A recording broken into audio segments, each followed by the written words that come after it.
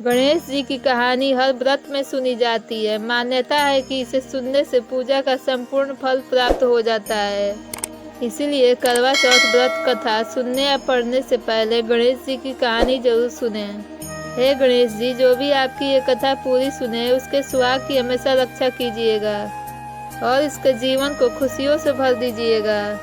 कथा प्रारंभ। पौराणिक कथा के अनुसार काफी समय पहले की बात है।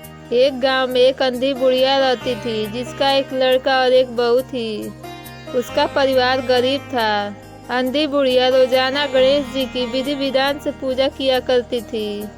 गणेश जी उस बुढ़िया की भक्ति से प्रसन्न हुए और एक दिन साक्षात उसके सन्मुख आकर कहते हैं कि मैं आपकी पूजा से प्रसन्न हूँ, जो मांगना है वो मांग सकती हैं। बुढ़िया ने कहा, मुझे मांगना नहीं आता तो कैसे और क्या मांगूं?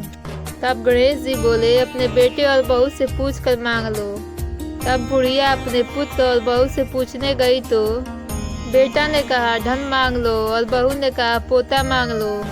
तब बुढ़िया ने सोचा ये तो अपने अपने मतलब की बातें कर रहे हैं। फिर बुढ़िया ने पड़ोसियों से पूछा तो पड़ोसियों ने कहा कि हे बुढ़िया माई, तेरी थोड़ी सी जिंदगी बची हुई है तो तू क्यों मांगे धन और क्यों मांगे पोता? तू केवल अपने नेत्र मांग ले जिससे तेरी बची हुई जिंदगी सुख से गुजरे। उस बुढ़िया ने बेटे, बहू और पड़ोसियों की बातें सुनने के बाद घर जाकर सोचा कि क्यों न कुछ ऐसा चीज मांग लूं जिससे बेटा, बहू और मेरा सबका ही भला हो। जब दूसरे दिन श्री गणेश जी आए तो बुढ़िया बोली, हे गणराज, यदि आप मुझ पर प्रसन्न है तो मुझे 9 करोड़ की माया दे, निरोगी काया दें, अमर सुहाग दें, आंखों में प्रकाश दें, नाती पोते दें और समस्त परिवार में सुख प्रदान करें, फिर अंत में मोक्ष दें। बुढ़िया की बात सुनकर गणेश जी बोले, तूने तो मुझे ठग लिया। खैर, जो कुछ भी तूने मांगा है तुझे सब कुछ मिलेगा। यह कहकर गणेश जी अंतर ध्यान हो गए।